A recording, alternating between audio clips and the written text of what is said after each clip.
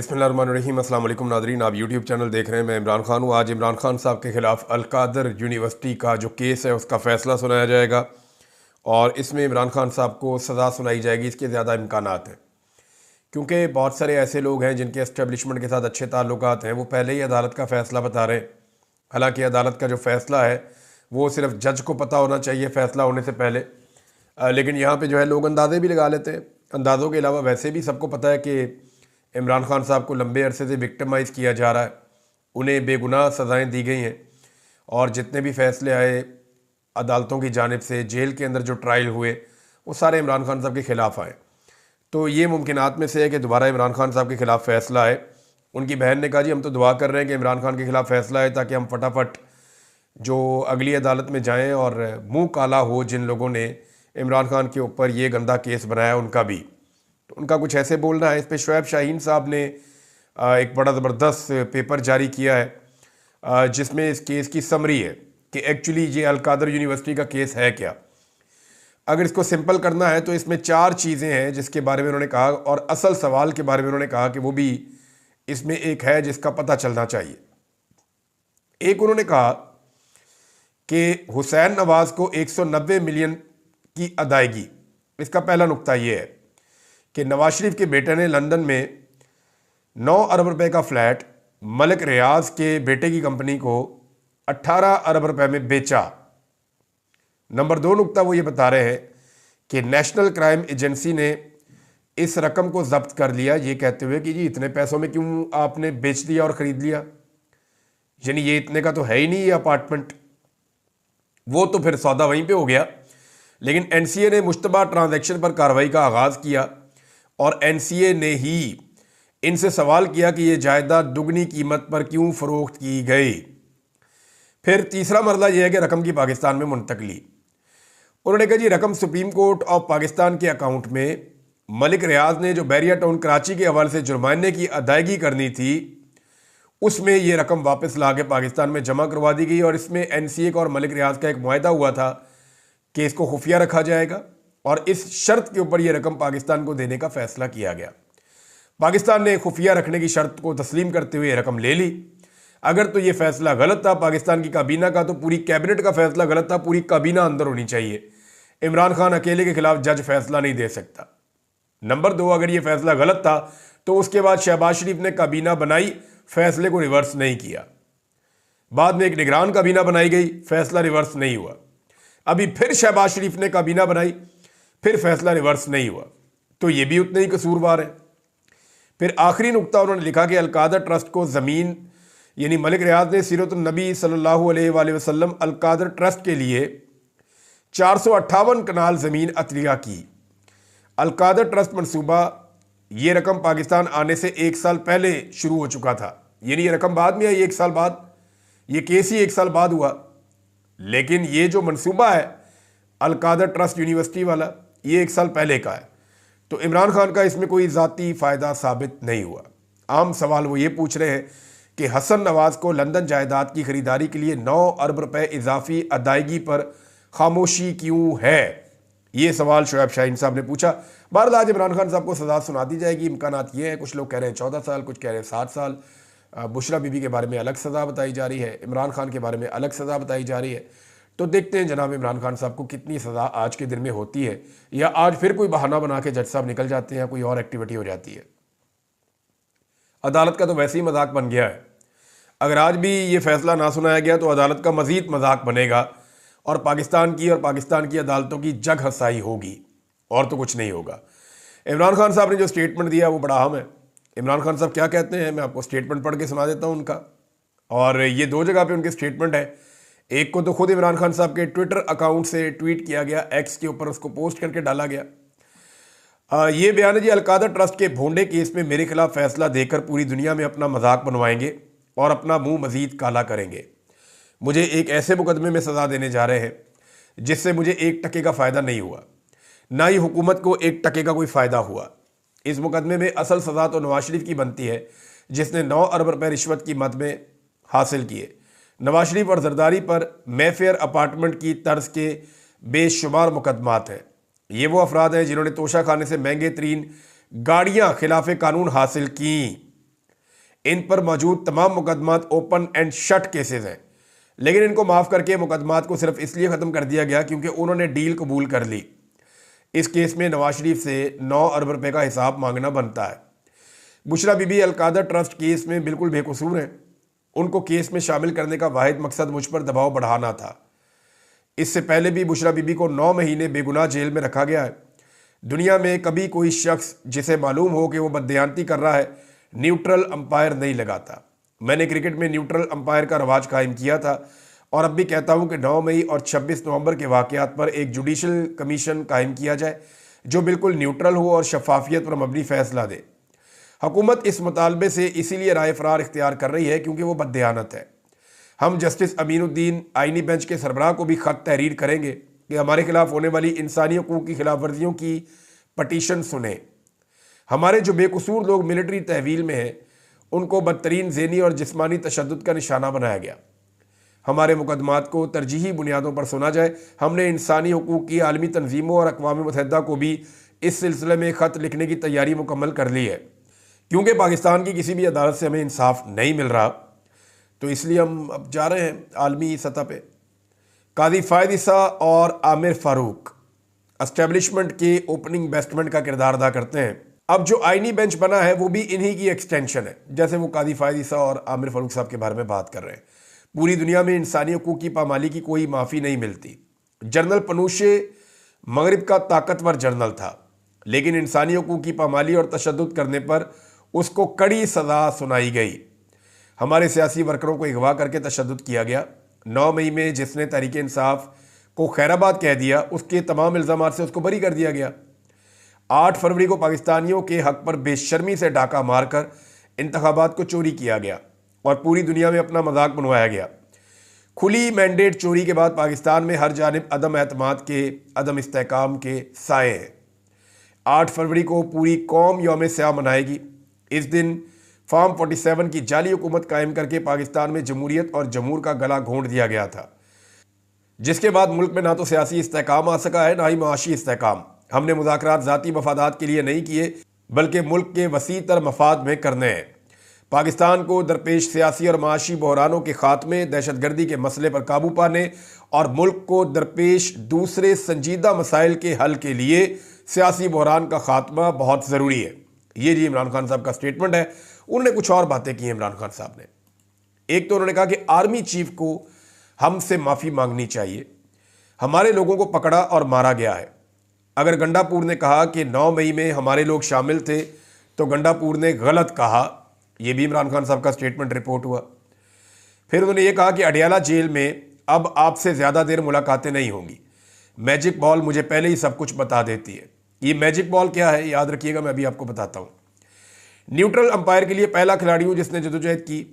Supreme court के 3 senior most जजेस को बुलाएं। ये जजेस की जिम्मेदारी है कि तहकीक के बाद जो सज़ा देंगे मैं इसके रास्ते में क्यों खड़ा होऊंगा। मेरी अपील है, ये कल उन्होंने बात की थी कि आज हर सूरत में 190 मिलियन पाउंड का जो केस है उसका फैसला सुनाएं। ये जजेस की जिम्मेदारी है कि तहकीक के बाद सज़ा दें, मैं उस रास्ते में खड़ा नहीं होऊंगा। ये जी इमरान खान साहब के स्टेटमेंट है। हुकूमत की बेचैनी बहुत बढ़ती जा रही है।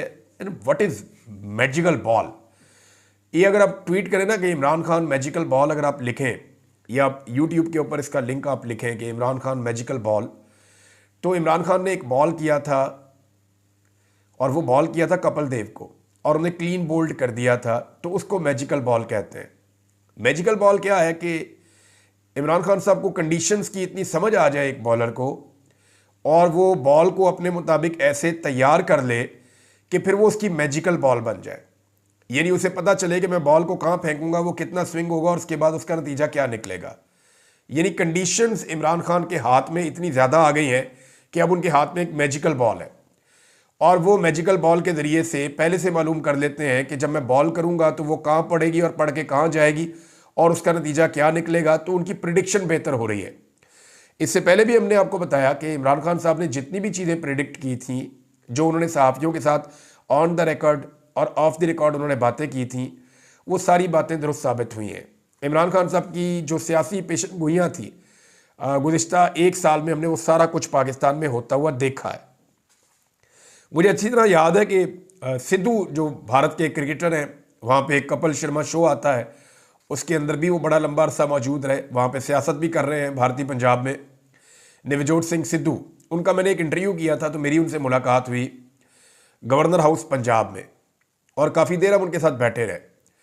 तो जब इमरान खान की शख्सियत पे डिस्कशन हो रही थी तो उन्होंने एक और बात की थी जो आज मैं बताना चाहता हूँ। उन्होंने कहा था कि इमरान खान सिर्फ अपनी टीम का कैप्टन नहीं था, इमरान खान इतना बड़ा दिमाग है कि ये ऐसे हालात पैदा कर देता था कि दूसरा कैप्टन जो फैसला करता था वो इमरान खान की मर्जी के मुताबिक होता था। यानी सिद्धू साहब हमें ये बता रहे थे कि इमरान खान साहब का जो मुखालिफ है, इमरान खान साहब उसके लिए ऐसे हालात पैदा कर देते हैं कि इमरान खान साहब जो चाहते हैं वो वही फैसला करता है और उसके मुताबिक इमरान खान साहब अपनी हिकमत अमली बनाते हैं।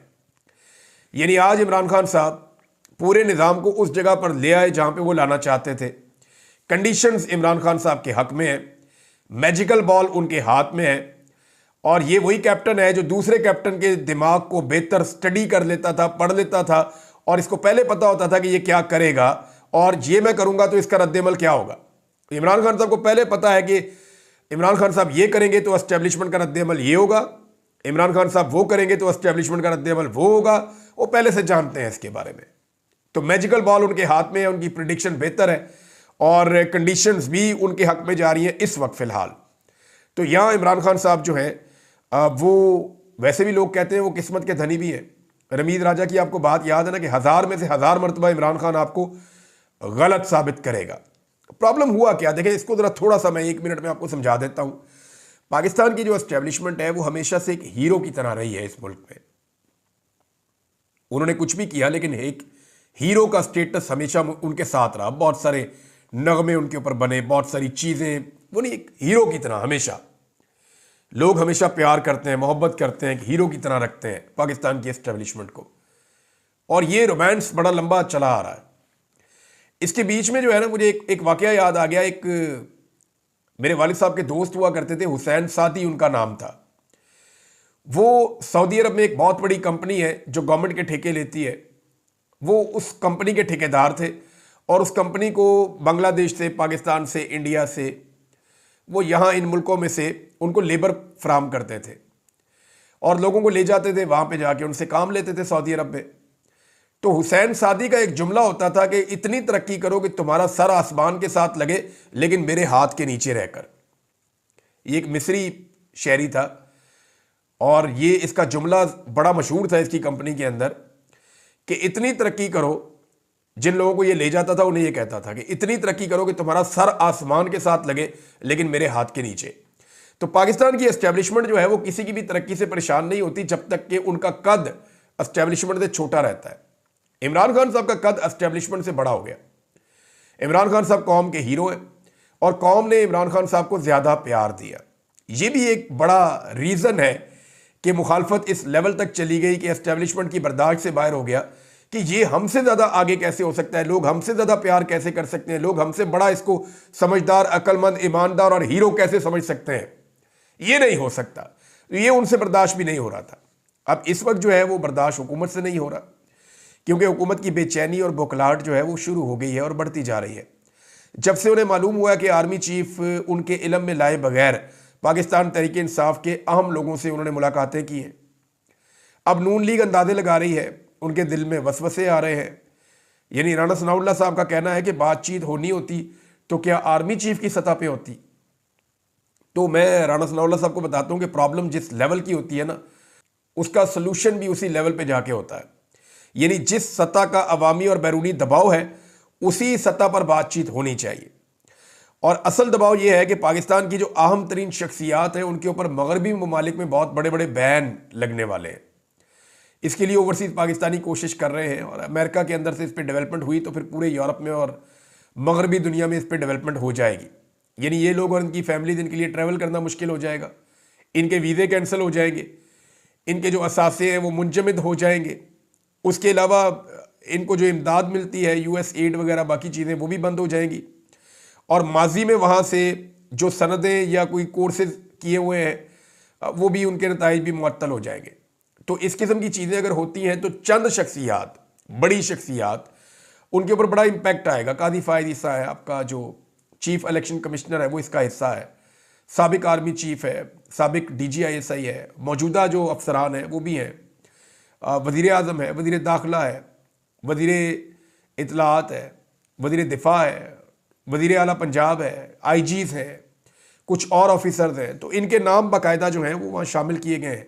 अगर इनके ऊपर कार्रवाइयाँ हो जाती हैं तो फिर उनके लिए बड़ी मुसीबत बन जाएगी, लिहाजा वो इमरान खान को मनाना चाहते हैं। एक बात मैं आपको कंफर्म कर रहा हूँ, आज के दिन तक इमरान खान साहब नवाज शरीफ और आसिफ अली जरदारी की तरह डील करके बाहर आने वाले नहीं है, क्योंकि उसके हाथ में मैजिकल बॉल है। ये भी आप याद रखिएगा। इमरान खान बिल्कुल मुख्तलिफ आदमी है, मुख्तलिफ तरीके से बाहर आएगा। ये कोई डील करके पाकिस्तान से बाहर नहीं जाएगा, ना इमरान खान डील करके खामोश हो जाएगा।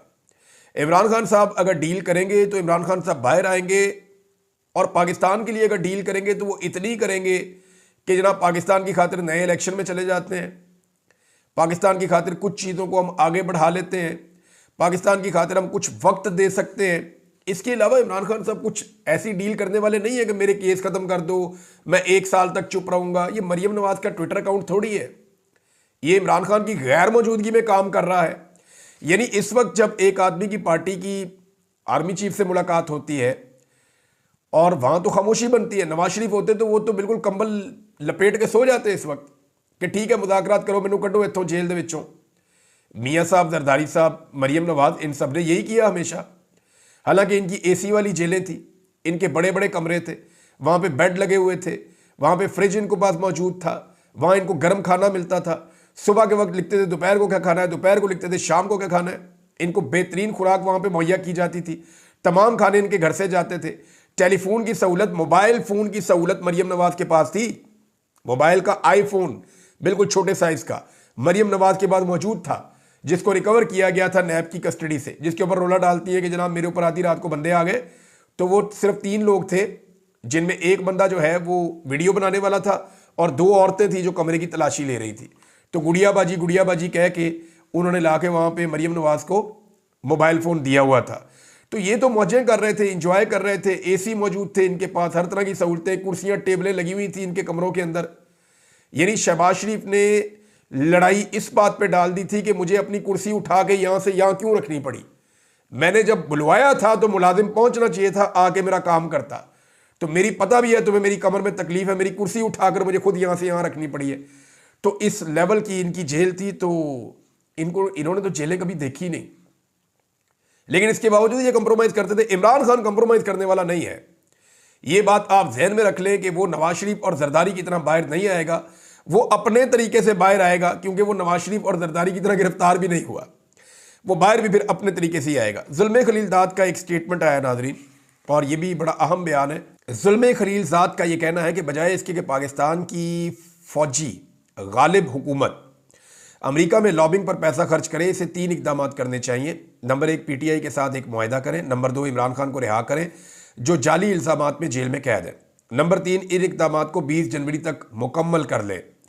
ये इकदाम पाकिस्तान को बचाने और बहरान से बचने में मददगार होंगे। ये इस्लामाबाद के ताल्लुकात डोनाल्ड ट्रंप इंतज़ामिया के साथ भी बेहतर बनाएंगे। बिलावल जरदारी पहुँच गए जनाब, यहाँ से निकले वो अमेरिका और डोनाल्ड ट्रंप की हलफ बर्दारी की तकरीब में, और मोहसिन नकवी भी गालिबन जा रहे हैं। इन लोगों ने जो है वो वहाँ पे टेबल बुक करवाई है, लेकिन इनको ऑफिशियल दावतनामा नहीं मिला। ये कोई मेहमान नहीं है अमेरिकन हुकूमत के, ये अपनी मर्ज़ी से अपने खर्चे पे जा रहे हैं, और वहाँ पे जो डोनेशन देकर नॉर्मली लोग ले लेते हैं, अब तकरीबन 1-1.5 लाख बंदा होगा। मुझे एक दोस्त ने बताया कि बहुत बड़ी तादाद में लोग होते हैं हलफ बर्दारी के अंदर जो आते हैं। तो इस तरह बेशुमार लोग हैं जो डोनेशंस दे के अपने अपने तरीके से वो पास हासिल कर लेते हैं। मेरे बहुत सारे और जानने वाले हैं, वो भी जा रहे हैं, तो उनके अंदर ये भी जा रहे हैं जो है पाकिस्तान से 2 लोग। लेकिन ये वो लोग हैं जो माजी में डोनाल्ड ट्रंप के ऊपर तनकीद करते रहे, अब उसकी हलफ बर्दारी में जा रहे हैं, तो इनको थूका चाटना पड़ रहा है। बहरहाल कोई बात नहीं, इससे इन्हें क्या हासिल होगा अभी कुछ कहा नहीं जा सकता। लेकिन फ़ौजी अदालतों के ट्रायल के हवाले से एक बड़ी खबर है कि जस्टिस हसन रिजवी साहब ने तफसीलात तलब कर ली हैं उस ट्रायल की जो फ़ौजी अदालतों में हुआ, कि देखना चाहते हैं कि ट्रायल में शहादतों पर फैसला कैसे हुआ। ये चीज़ अगर सामने आ जाती है नाज़रीन, तो फिर आप ये बात याद रखिएगा कि पाकिस्तान में आपको बड़े बड़े लतीफ़े सुनने को मिलेंगे, क्योंकि मेरे नॉलेज के मुताबिक फ़ौजी अदालतों ने जैसे ये फ़ैसले दिए, इसके अंदर इतने लूप होल्स हैं कि आप माजी के तमाम अजीबोगरीब फैसले भूल जाएंगे। अब तक के लिए इतने ही, अपना ख्याल रखिएगा, अपने इस चैनल का भी। अल्लाह हाफ़िज़।